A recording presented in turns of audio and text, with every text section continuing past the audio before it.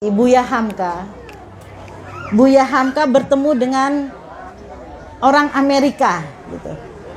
Orang Amerika yang ingin menjatuhkan Islam, dia bilang kepada Buya Hamka begini. Wahai Hamka, aku pergi ke Mekah, ke Madinah. Ternyata di sana ada tuh pelacur, katanya gitu. Jadi dia ingin menjatuhkan apa sih agama itu, ternyata di Mekah Madinah juga ada pelacur. Apa jawaban Buya Hamka pada saat itu adalah, tapi aku pergi ke Amerika, kata Buya Hamka. Aku pergi ke Amerika, aku tidak menemukan pelacur. Beliau berkata begitu. Apa maksud dari kata-kata Buya Hamka ini? Ini sebuah kata-kata yang bagus sekali, ya. Yang kaget si Amerika juga. Wong Amerika tuh gudangnya pelacur, kata Buya Hamka, dia tidak menemukan pelacur. Jadi ternyata seseorang akan dipertemukan dengan apa yang dicarinya. Karena si Amerika itu cari pelacur di Mekah Madinah, ya ketemu. Tetapi Buya Hamka tidak mencari pelacur di Amerika, sehingga dia tidak pernah menemukan pelacur. Demikian juga kita.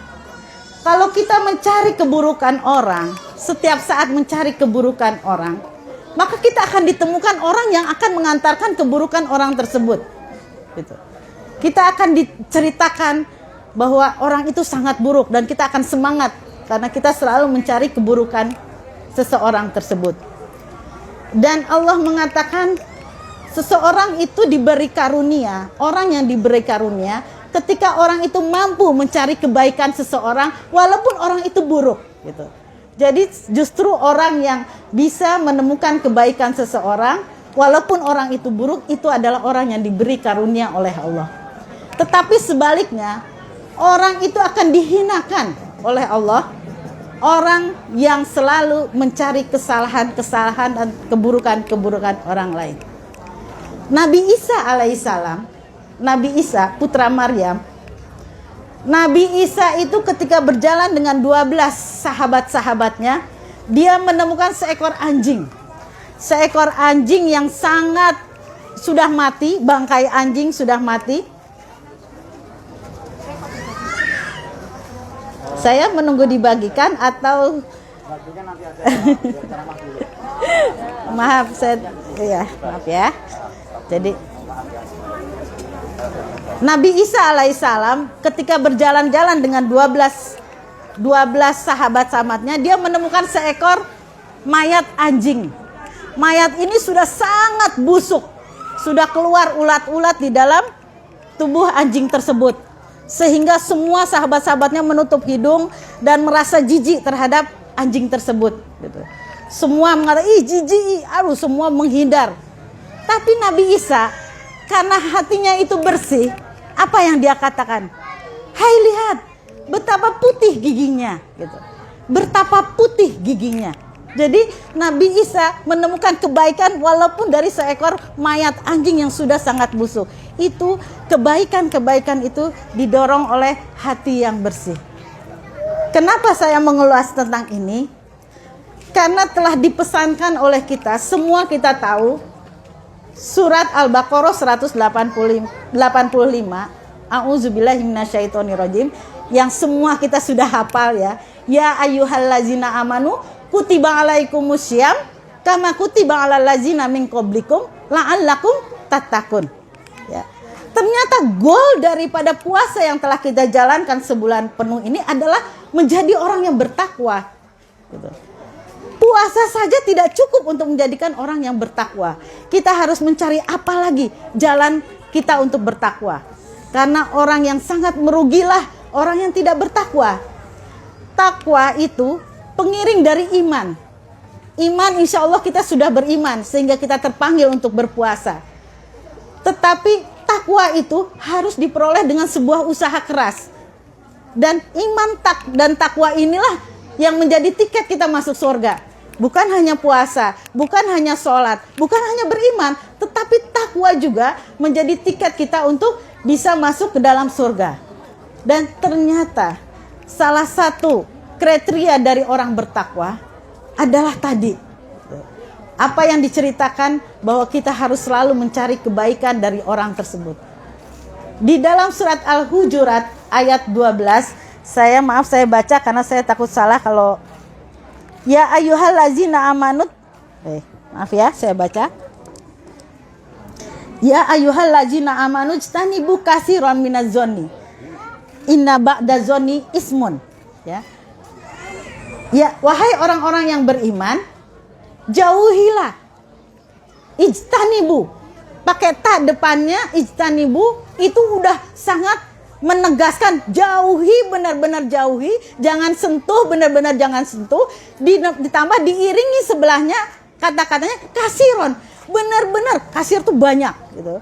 Ya ayyuhallazina amanu ijtanibu kasiron, jauhi, benar-benar jauhi, jangan dekati, jangan sentuh, jangan mau dekat ya. Kasiron minazoni, dalam berprasangka aja nggak boleh, suruh jauh, suruh benar-benar lari ya. Kasiran minazoni, karena apa?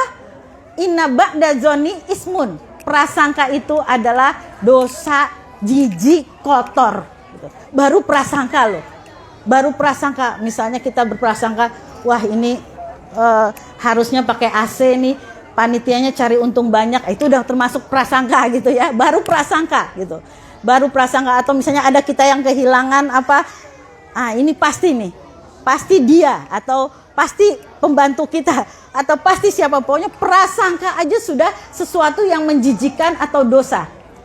Kalau larangan-larangan ada di dalam Quran, berarti itu hukumnya betul-betul haram. Berprasangka itu adalah haram hukumnya. Bahkan di sini suruh jauhi, jangan dekat-dekat, dan itu adalah sesuatu yang menjijikkan atau dosa gitu ya. Nah, kemudian selanjutnya wala tajassasu, dan jangan kamu, kalau waktu saya sekolah dulu, tajassasu tuh jangan suka ujas-ujus. Jangan suka mencari-cari kesalahan orang gitu. Lebih baik kita mencari-cari kesalahan kita sendiri. Misalnya saya tanya sama anak saya, kamu tadi negur nggak sama saudara-saudara? Aku negur mah, tetapi orang itu cuek aja gitu. Ini sudah termasuk mencari kesalahan orang lain gitu. Orang yang aku tegur cuma cuek aja, ini termasuk mencari kesalahan orang lain. Lalu saya tegaskan, nah untuk kamu yang penting kamu baik aja gitu. Soal jelek apapun tentang orang itu bukan urusan kita. Urusan kita adalah bagaimana kita baik aja. Orang mau bilang kita jelek, orang mau bilang kita sombong, itu bukan urusan kita. Yang penting kita baik aja. Juga kalau saya punya anak-anak waktu di asrama juga, aku udah baik mah, tapi dia pelit. Oh pelit dia tuh bukan urusan kita. Tapi urusan kita dengan Allah adalah kamu tidak pelit gitu. Nah, jadi wala tajassasu, suka mencari-cari kesalahan orang. Kalau kita tadi seperti Buya Hamka katakan, mencari kesalahan orang itu pasti ketemu. Pasti ketemu. Tapi ini tidak diperkenankan oleh Allah, dan ini adalah kotor, hina, jijik, jauh daripada surga. Mohon diingat bahwa yang paling ingin kita masuk surga adalah Allah. Sehingga Allah benar-benar dikasih peringatan kita. Pertama, jangan suka berprasangka, jangan suka mencari kesalahan orang, ya. Terus kemudian wala tajassasu,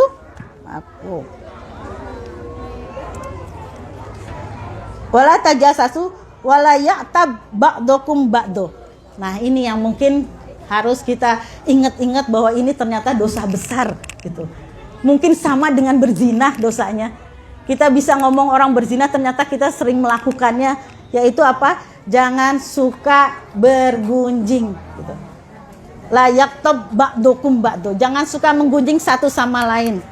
Kalau kita ini makhluk sosial, sering bertemu, apalagi di kota gede, juaranya lah ada rewangan, ada layatan, ada syawalan gitu.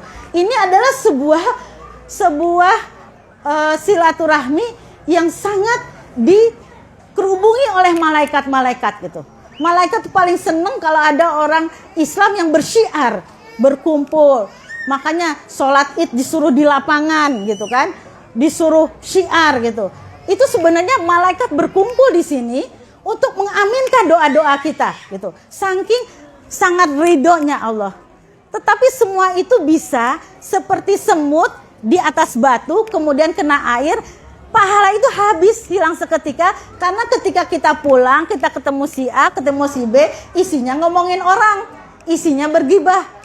Kamu tahu nggak, yang di pojok belakang sana ngutang sama aku belum bayar loh. Iya, yang belah sana apalagi yang kerudung apa yang nggak ada di sini. Itu tuh kredit sama aku juga belum. Isinya gibah, maka itu akan menggelincirkan dosa-dosa kita. Dan ini sangat kita takutkan karena berkumpul di sini. Silaturahmi ini adalah pahala yang sangat besar dan itu akan tergelincir habis hanya gara-gara kita ngomongin orang, gitu.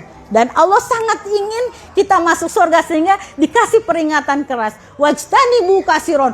Lari kamu dari itu. Kalau ada orang yang ngajak bergibah, lari kamu dari situ. Kamu gak akan cium bau surga, katanya sama Allah gitu. Lalu ayat selanjutnya adalah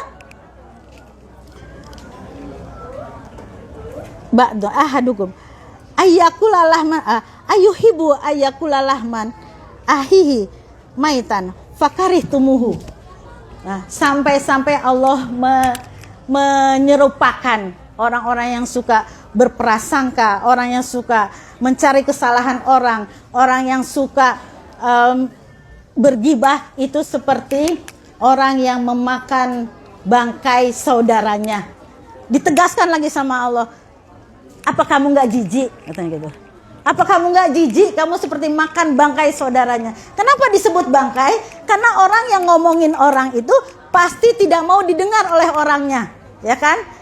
Nggak mau, misalnya kita ngomongin si C, nggak mungkin kita ngomongin supaya didengar oleh si C. Sehingga si C itu nggak bisa membela diri, nggak bisa membalas, sehingga dia dianggap mayat gitu. Jadi apakah kamu nggak jijik? Seperti makan bangkai saudaranya. Dan di sini terakhirnya disebutkan adalah terus wattaqullaha innallaha tawwabur rahim. Wattaqullaha innallaha tawwabur rahim. Ternyata yang 1, 2, 3 tadi itu adalah syarat-syarat orang bertakwa. Jadi syarat orang bertakwa selain beriman, selain berpuasa, juga tidak suka berburuk sangka, juga tidak suka mencari kesalahan orang, dan juga tidak suka bergibah.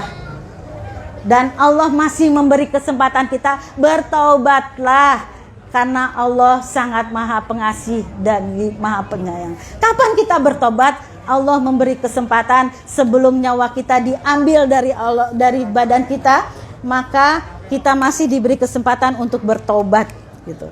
Yang suka melakukan ini karena kita tidak akan mencium bau surga, maka Allah beri kesempatan kita untuk bertobat.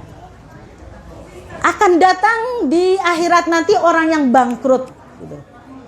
Dia membawa pahala puasanya, dia membawa pahala sholatnya, dia membawa pahala sedekahnya, dan bahkan dia membawa pahala jihadnya. Tetapi akhirnya dia tidak memiliki apa-apa kecuali dia sudah siap dimasukkan ke dalam neraka. Ditanyakan kepada Rasulullah, siapakah orang yang bangkrut itu? Ya tadi, orang yang membawa amalannya, tapi tiba-tiba ada orang yang protes. Dia pernah ngomongin saya, oh baik, ini ambil pahala puasanya. Dia suka menghina saya, ambil pahala sedekahnya. Sampai akhirnya habis, gitu. Jadi capek-capek kita puasa, capek-capek kita sholat, maka diberikan kepada orang lain.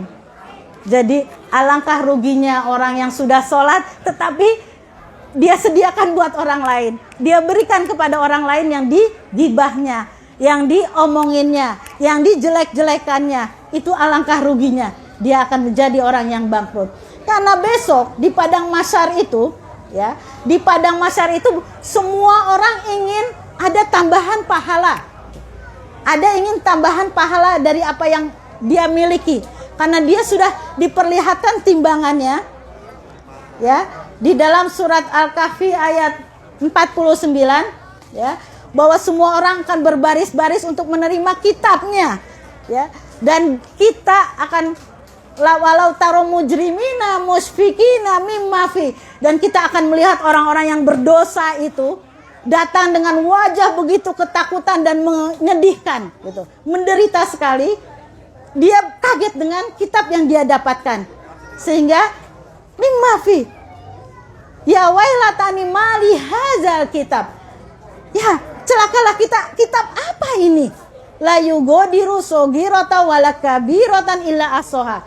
Yang kecil maupun yang besar tertulis semua di sana, gitu. Wa asiru qaulakum awizharubu. Yang kita katakan maupun kita sembunyikan ada tulisannya semua di sana. Kita pernah ngomongin si A walaupun nggak ada yang dengar.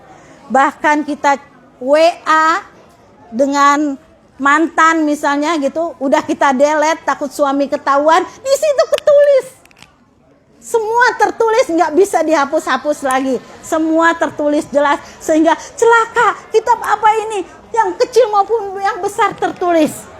Tapi Allah kan sudah bilang di dalam Al-Quran, ma yuhfazu min qawli illa raqib dan atib. Semua yang kita katakan itu langsung ditulis oleh malaikat raqib dan atib, gitu.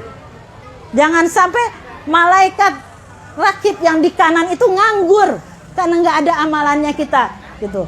Yang ada raqib yang atib aja terus nulis kejelekan. Itu malaikat nggak bisa sama sekali kita sogok. Bahwa yang itu dihapus aja, ya, gitu. Jadi semua akan tertulis jelas. Sehingga Allah betul-betul memperingatkan kita, kalau kamu bertakwa jauhilah hal ini. Gak ada gunanya. Kalau kita menghina orang, sesungguhnya kita ini yang terhina. Siapa yang menghinakan? Allah. Kamu menghina-hina orang, sebenarnya kita yang terhina. Karena kita dikatakan makan bangkai saudaranya. Tidak ada orang yang lebih hina daripada orang yang suka makan bangkai, gitu. Bahkan kata Allah, jijik, ismun, jijik, dosa, gitu. Nah, disinilah harus kita pahami kalau kita memang goal daripada puasa yang kita lakukan di bulan puasa kemarin adalah bertakwa, gitu. Kalau kita tidak juga bertakwa, maka puasa kita sia-sia. Hanya ada lapar dan dahaga, gitu. Hanya ada lapar dan dahaga. Jadi goal dari puasa yang kita inginkan adalah kita bertakwa. Dengan takwa kita diberi bimbingan jalan yang lurus. Dengan takwa kita diberi ketenangan lahir dan batin. Dengan takwa kita diberi tiket masuk surga. Gitu. Itu syarat-syarat kita bertakwa. Kalau beriman insya Allah dengan 2 kalimat syahadat, melaksanakan apa yang rukun-rukun itu sudah beriman. Tetapi bertakwa kita harus cari terus. Apa sih syarat-syarat bertakwa itu? Nah, inilah disebutkan di dalam sebuah cerita. Ya. Di sebuah cerita diceritakan ada 2 orang sahabat. Gitu. Jadi kan disebutkan di dalam surat At-Tur bahwa besok di akhirat itu teman-teman dekat itu akan menjadi musuh buat kita. Gitu. Ini yang perlu diperhatikan, besok teman-teman dekat kita akan menjadi musuh bagi kita. Siapa kira-kira teman dekat kita itu? Adalah istri kita atau suami kita. Besok di akhirat akan jadi musuh kita. Orang tua kita, anak kita, adik kita, kakak kita, saudara kita, pembantu kita, semua orang-orang dekat itu akan jadi musuh kita. Karena apa? Dia ingin dosanya dikurangi, gitu. Dosa dia dikasihin kepada orang yang telah membuat dia sakit hati, gitu. Dan juga dia ingin ada tambahan pahala. Sehingga akan ada seorang anak nanti di akhirat tadi, ya Allah, ketika orang tuanya sudah mau masuk surga, ada anak yang protes sama Allah. Ya Allah, jangan masukkan ke surga orang tuaku ini, ya Allah. Tolong jangan masukkan ke surga. Si anak udah mau masuk neraka nih, ya. Karena banyak dosanya si anak itu, suka dugem, suka berzina, suka mabuk dan sebagainya. Ya Allah, jangan masukkan kedua orang tuaku ini masuk surga, karena selama hidup dia tidak pernah memberitahu aku hal-hal yang baik. Gitu. Jadi ternyata orang-orang dekat bisa menjadi musuh.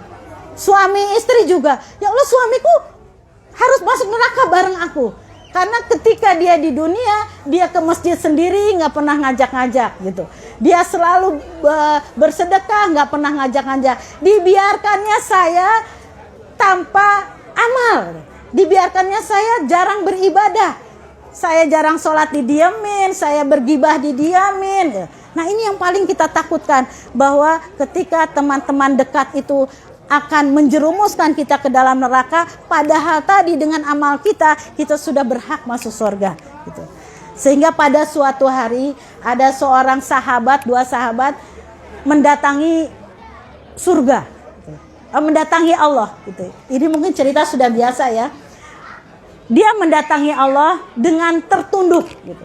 Jadi di padang mahsyar itu wajah-wajah akan tertunduk ngeri karena melihat dahsyatnya hari kiamat itu, di mana iza waqa'atil waqi'ah laisa liwaq'atiha kaziba khafidatur rafi'ah, ada orang yang ditinggikan dan direndahkan ya, khafidatur rafi'ah, iza rujjatil ardu roja, di mana bumi diguncangkan sedahsyat-dahsyatnya, wal jibalu basa, dan gunung-gunung diterbangkan gitu. Coba bayangkan ngerinya bagaimana. Kita sudah merasakan bagaimana gempa bumi, kita sudah merasakan bagaimana gunung meletus. Saya pikir orang Jogja harusnya lebih beriman daripada daerah-daerah lain, karena dengan menyaksikan sendiri tanda-tanda kekuasaan Allah ya. Terus kemudian wal jibalu kal ihni mangfus, ketika gunung-gunung diterbangkan. Nah, itu orang-orang tuh semua menderita gitu. Semua menderita, mencari apa? Mencari bagaimana ada tambahan dari amalan. Maka tidak segan-segan menjatuhkan orang tuanya sendiri, sahabatnya sendiri. Dan ada dua sahabat yang datang kepada Allah. Dia dengan tertunduk lesu, dia mengatakan, ya Allah, tolong amal sahabat saya sebelah ini berikan kepada saya. Lah kenapa begitu? Karena sahabat saya ini sering sekali memfitnah saya, sering kali menggunjing saya, sering kali menyakiti saya, maka tolong amal dia tuh berikan kepada saya. Terus kata Allah, bagaimana mungkin aku berikan kepadamu sedangkan dia sendiri nggak punya amal, katanya. Dia nggak punya amal. Kalau begitu ya Allah, tolong dosa-dosaku berikan kepada dia. Segitunya itu dia sahabat di dunia, sangat runtang-runtung gitu ya. Berikan kepada dia. Akhirnya apa kata Allah? Menengadahlah, lihat ke atas, kepalamu lihat ke atas.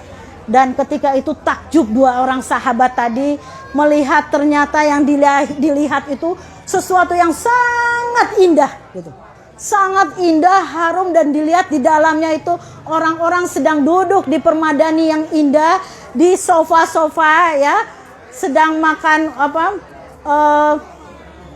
minum-minuman keras juga ya, tufu alaihim wildanu mukhalladun bi aqwabi wa barik wa bi mima'im orang-orang itu sedang diladeni oleh pemuda-pemuda tampan, bidadari-bidadari cantik. Apa yang diberikan? Seloki-seloki dari minuman keras yang tidak memabukkan, juga tidak bikin pusing, dan juga tidak mengenyangkan gitu. Saking enaknya di surga. Begitu indahnya yang dilihat oleh dua orang sahabat sampai mereka lupa, sehingga takjub.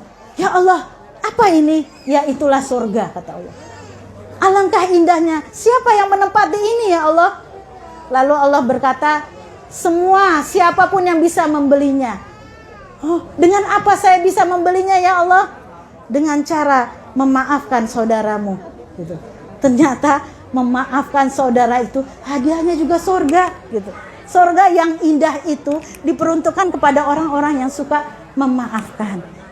Gitu. Wal afina anin nas. Gitu. Nah, itu jadi tahapan-tahapan kita untuk bertakwa. Salamatul insan fi hifzil lisan. Selamatnya manusia dari menjaga lidah gitu. Sampai ada suatu hari seorang sahabat bertanya kepada Rasulullah, "Ya Rasulullah, si A itu rajin ke masjid, tidak pernah telat 5 waktunya. Dia rajin sedekah, dia rajin berbagi. Apakah dia ahli surga?" Tapi apa kita dikejutkan dengan perkataan Rasulullah, "Hiya finnar." Perempuan itu masuk neraka. Kenapa ya Rasulullah? Karena dia selalu menyakiti sesama gitu. Tetangganya tidak aman dengan dia. Dia selalu menyakiti sesama. Nah, dengan hanya menyakiti sesama, kita yang tadinya mau masuk surga gugur seketika gitu. Gugur seketika. Sekarang banyak sekali media-media untuk menyakiti orang. Bisa lewat WA, bisa lewat media sosial, bisa ngomong langsung, bisa dengan ejekan dan sebagainya. Ternyata Tadi dengan memaafkan kita bisa masuk surga, yang tadinya kita mau masuk neraka.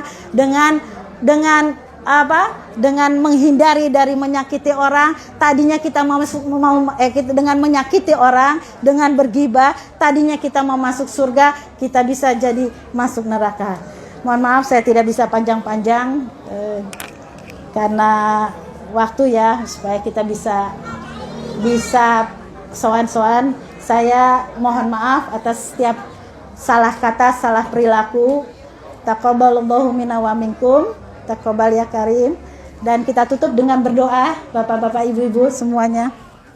Mari kita sambungkan iman kita kepada Allah Subhanahu wa taala. Cukup hati kita dengan Allah yang tersambung saat ini, karena kita ingin doa kita semua terkabul oleh Allah Subhanahu wa taala. Astagfirullahalazim. Allazi la ilaha illa huwal hayyul qayyum wa atubu ilaih. Astagfirullahalazim. Allazi la ilaha illa huwal hayyul qayyum wa atubu ilaih. Astagfirullahalazim. Allazi la ilaha illa huwal hayyul qayyum wa atubu ilaih. Allahumma anta rabbi la ilaha illa anta khalaqtani wa ana abduka wa ana ala ahdika wa wa'dika mastata'tu. A'udzubika min syarri ma sana'tu. Abu'u laka bi ni'matika alayya wa abu'u bi dzambi faghfirli fa innahu la yaghfiru dzunuba illa anta. Ya Allah ya Rabbi, kami yang berkumpul di sini mohon ampun atas semua dosa-dosa yang telah kami lakukan di masa lalu kami, sebesar apapun itu. Ya Allah ya Rabbi, kami mengakui dosa-dosa ini melekat di dalam tubuh ini ya Allah. Tiada pengampun kecuali Engkau. Bersihkanlah dosa-dosa ini dengan air salju-Mu, sehingga ketika Engkau bangkitkan kami dari tempat duduk kami telah terbebas daripada dosa-dosa itu ini ya Allah. Karena kami tidak mampu menanggung dosa ini ya Allah.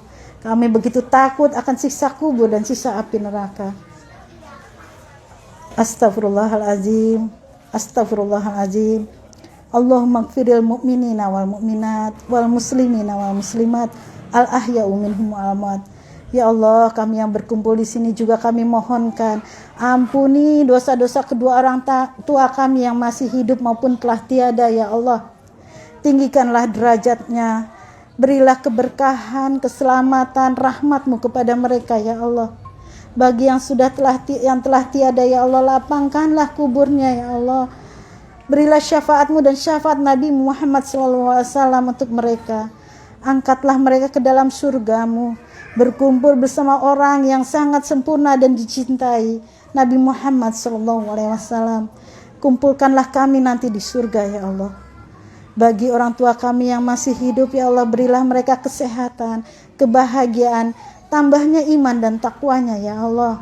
Kasihanilah kedua orang tua kami sebagaimana mereka menyayangi kami di waktu kecil. Ampuni juga saudara-saudara kami ya Allah, yang sedang tersesat jalan mohon Engkau luruskan, yang sedang dalam kegelapan mohon Engkau terangi, yang sedang sakit mohon Engkau sembuhkan ya Allah. Tolonglah ya Allah, terimalah semua amal ibadahnya. Jadikanlah kami orang yang selalu mengingat dan bersyukur kepadamu ya Allah. Allahumma inni nas'aluka salamatan fid din wa afiatan fil jasad wa ziyadatan fil ilmi wa barakatan fil rizki wa taubatan qoblal maut wa rahmatan indal maut wa maghfiratan ba'dal maut. Allahumma hawwin alaina fi sakaratil maut wa najata anin nar wal afwa indal hisab. Ya Allah ya Rabbi, tolonglah kami dan menjadi orang-orang yang selalu menjalankan perintah-Mu dan meninggalkan larangan-Mu ya Allah. Baguskanlah agama kami, tambahkanlah ilmu kami, dan ketika Engkau akan memanggil kami ya Allah, ambillah kami dalam keadaan husnul khotimah, ambillah kami dalam keadaan beriman kepadamu, ambillah kami dalam keadaan beramal soleh. Mudahkanlah sakaratul maut kami ya Allah, rahmatilah kami setelah mati, dan masukkanlah kami ke dalam surga-Mu ya Allah. Ya Allah ya Rabbi, raditu billahi rabba wa bil islami dina wa bi Muhammadin nabiyya wa rasula. Ya Allah ya Rabbi, aku ridho dengan agama Islam ini ya Allah. Jangan Kau palingan setelah Engkau beri petunjuk. Jadikanlah keimanan kami terus bertambah ya Allah, terus bertambah sampai kami menghadap-Mu ya Allah. Ya Allah, ampunilah dosa-dosa saudara kami yang telah berbuat zalim kepada kami, yang telah berbuat salah kepada kami. Ampunilah mereka ya Allah, karena mereka tidak tahu ya Allah. Beri petunjuk mereka, beri rahmat mereka, jadikan keluarganya sakinah mawaddah warahmah. Dan balaslah orang-orang yang telah berbuat baik kepada kami dengan balasan yang berlipat ganda. Berikanlah janji surgamu kepada mereka ya Allah.